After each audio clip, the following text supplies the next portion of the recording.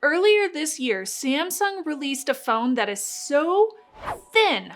I was worried that I might bend it if I breathe on it the wrong way. I'm joking here, but seriously, after spending a lot of quality time with Samsung's Galaxy S25 Edge, I can confidently say that having a little thin phone is much more durable than I was expecting and way more powerful than I thought it would be. So what's up, s'mores? I'm Shannon Morse. Welcome to my YouTube channel where we review tech that is smart, stylish, as well as secure. And today we are diving into this sleek titanium framed beauty to find out what's inside, what Samsung had to sacrifice to make it this skinny, and most importantly, should you actually buy one? Let's get into it. So yes, first impressions, this thing is impossibly thin at just 5.8 millimeters. That's thinner than like a pencil, pretty sure. It's also super lightweight at 163 grams, and yet Samsung managed to build it out of titanium with Corning Gorilla Glass Ceramic 2 on the front. You also have Victus 2 on the back, and it's IP68 dust and water resistant. I have used this thing at a concert. I used it on top of a mountain here in Colorado, Pikes Peak, both of which were dusty and gritty settings, and it's still looking pretty sharp. I have not destroyed this thing yet, so that's saying something. The screen you see here is a 6.7-inch dynamic AMOLED 2X display with a very crispy 3120 by 1440 resolution and buttery smooth 120 Hz refresh rate. It hits 2600 nits peak brightness, which means it's very usable in direct sunlight, even if you're on top of a mountain on a sunny day. But just a heads up, in case you are familiar with the anti-reflective coating that Samsung has been putting on their newer devices, this one is glossy. It's not going to be matte. Samsung also says the anti-reflective coatings would have made it thicker, so if you want the anti-reflective screen on a phone, my S25 Ultra has this. It's a great feature. I absolutely love it, but I get why they excluded it here. Now, whether you randomly discovered my channel from this video or you keep on seeing my videos in your feed, make sure you are subscribed so YouTube doesn't randomly stop showing you my content, because trust me, that does happen. Also, a big Patreon shout out to my s'mores. You can join them and support my channel by going over to patreon.com/ShannonMorse for perks like early video access and my private Discord. As usual, all the videos on my channel are free to watch, and I thank my YouTube members and my patrons for making that possible. Also, I want to say a big thank you to Samsung for providing this review unit. It is a sample unit. It's a very cool phone, and I just want to say thank you so much to Samsung for providing phones for my channel. Now, inside the phone, you are getting that Snapdragon 8 Elite for Galaxy, 12 gigs of RAM, and either 256 or 512 gigs of UFS 4.0 storage, nice and fast. Despite its tiny chassis, it even includes a vapor chamber to keep things cool. Now, benchmarks were pretty solid across the board using 3D Mark. They were more impressive than what I was expecting. In real-world use, it handled gaming, video editing, and multitasking as well. It does get noticeably warm in hand whenever I was playing games, more so on the side with the cameras, like if you're holding it side by side like this in this horizontal mode, then you will notice it gets a little bit hotter on this side of the phone, but it was dispersed pretty well in terms of just heat dissipation across the board. Now, playing Genshin Impact on high graphical settings did give me a very smooth gameplay experience. Now, the Edge has a dual camera setup on the back. This thing borrows the 200 megapixel main camera from the S25 Ultra, and it also rocks a 12 megapixel ultra wide. There's also a 12 megapixel front-facing camera with autofocus and a slightly wider angle than its siblings, which I loved for group shots. There is no telephoto lens, but that massive main sensor lets you crop in pretty confidently, especially in really good lighting situations.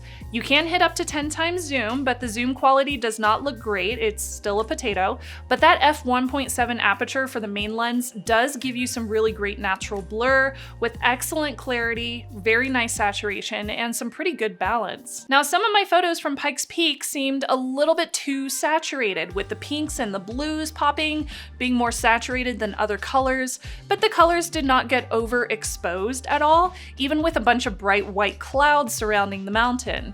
I got some pretty cool shots from Red Rocks as well during an Incubus concert I went to a little while back, with a blood moon rising in the background and the lights from the concert, and everything looked really good. The zoomed photos were generally not very satisfactory, but the ultra-wide and the main lens gave me some really great shots just in terms of regular ultra-wide and regular main shots. Then we have the selfie camera, which did best in daylight settings, no surprise there, and the wide angle was great for photos with Mr. Snubs. Videos had great stabilization and audio too. This is running Android 15 with One UI 7 out of the box, though there are upgrades now, updates available. The experience is very clean, it's very fast, and pretty customizable. Galaxy AI is fully baked in too, with features like Now Brief and Circle to Search. But what I really appreciated was the responsiveness of the operating system and how intuitive it felt. Even though the phone is so thin, my first reaction was some surprise at how quickly it was able to handle heavier processing. Also, if you are a DeX user, that's supported too. That means you can connect this via wired or wireless to a supported external monitor and use the phone as a desktop. I have been able to do that with USB-C to HDMI since I don't have a display that supports that wireless DeX technology, but in terms of just wiring it in, it worked great. Now here's the big one, is the battery life. We are concerned, how good of battery life can you get out of such a thin phone?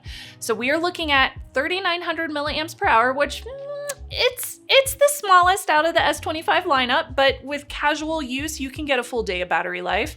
If you're gaming, recording video, or using like the GPS, if you're using it for maps, that battery drains a lot faster. So in a battery drain test, I took it from 100% battery to a little over 10% after 15 hours of streaming 4K video at full brightness, which is a little bit more than what I was expecting, but that was just streaming and trying to drain that battery. If you are gaming, you can lose about 15% battery in an hour. With general usage, assuming that you don't leave your screen on 100% of the time, you're looking at around 14 hours of battery life before a charge is going to be needed. Charging is not mind-blowing. 25 watts wired, 15 watts wireless, and no Qi 2 magnet is built in. The stereo speakers sound great for such a slim phone. You got clear mids and decent bass and no weird distortion at max volume. The haptics are also decent as well. For security, we've got an ultrasonic fingerprint reader and face unlock. Samsung also includes their Knox security here, and you will receive 7 years of operating system updates